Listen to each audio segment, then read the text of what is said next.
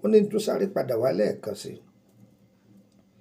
àrùn kan bẹ wọ́n ń pè ní rákórákó àbí àsúnkì. Kí ni jẹ́ rákórákó, kí ni jẹ́ àsúnkì?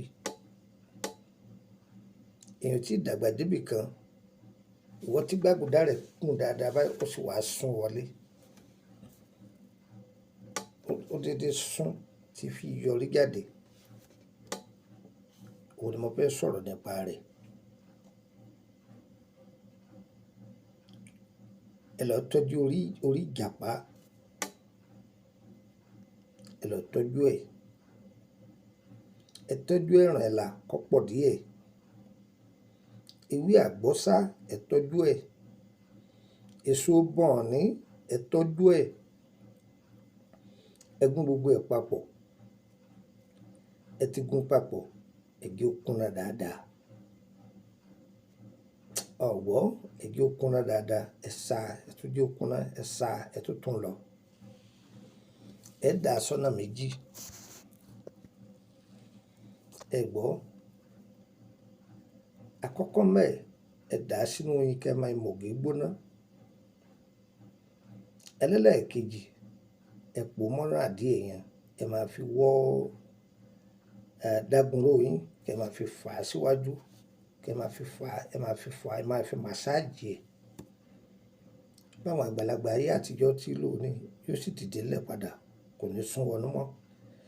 Èmi ọmọ yín náà ní Lukman ọmọ yín dáre bàbá ọgbọ́n ọmọ ọ̀dọ̀ àgbà. Mo nọ́mbà yìí ọmọ ọ̀dọ̀ hotline +2348032983298. Bákan sí +2348133155111. Nọ́mbà orílẹ̀-èdè Benin ní +2290154651928. Gbàlẹ́ kan sí +2290154651928. Ìwọ Ọlọ́run tí wà ní kó ṣe má ṣe tọ̀tá wa. Ọlọ́run kọjú dá wa sí wa lórí, kẹ̀yìn sáwọn ọ̀tá wa. Gbogbo ohun tá a fẹ́ Ọlọ́run ṣe fún wa. Ohun tá a fún wa lọ́fẹ̀ẹ́, ẹ̀yin náà pín kó kárí àwọn yẹn. Ẹ má fi sáwọn, á dára fún wa o. Ìtọ́jú ara lánàá ìwé àti ìwò ẹ̀ka sí bàbá ọgbọ́n ọmọ ọ̀dọ̀ àgbà. Tẹ́lẹ̀ ká bá lóhùn ní bàbá ọgbọ́n ọmọ ọ̀dọ̀ àgbà. Tẹ́ ẹ bá ti gbọ́ Lukman ọmọ yẹn dáre, kì í ṣe mi. Àwọn nọ́mbà mi ni mo fi lẹ̀ yìí. Ẹ má jẹ́ wọn lù yín ní jìbìtì. Ẹ ti gbọ́ báyìí, Ìkòròdú ni mò ń gbé. Láti Ìkòròdú garage ẹ̀wọ̀n mọ́tò ti ń lọ báyìí kù.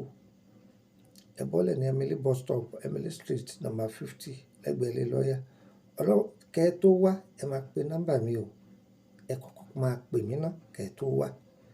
Tẹ́ ẹ bá pè mí kẹ́ ẹ tó wá, mo lè ti travel. Kí n kó lórílẹ̀-èdè Nàìjíríà torí ẹ bá pe nọ́mbà mi kò ní lọ. Ṣùgbọ́n gbà bí rí bí ọ̀sẹ̀ méjì kan nísìn, mo sì wá Nàìjíríà díẹ̀ sí kí n tó gbéra, kí n tó máa lọ. Ẹ̀yin ará Abidjan, ẹ kú ojú lọ́nà àwọn bàbá ọgbọ́n ọmọ ọ̀dọ̀ àgbà. Ẹ ń lò bí ọ̀sẹ̀ kan àbí nǹkan kan ní Benin kí n tó máa gbéra sọ lọ sí orílẹ̀-èdè Abidjan. Ọlọ́run tí wà ní kó ṣe, má ṣe tọ̀tá wa o. Ètò ìbádọ́wọ́ rẹ̀ má dé mọ́lẹ̀ o. Ìwọ náà máa pín. Fi ṣe sàrà fọ́mọlà kejì ẹgbẹ́ rẹ̀. Yẹ́yẹ́ wa kò ní yẹ́ ẹ lẹ́. Ire kàbìtì.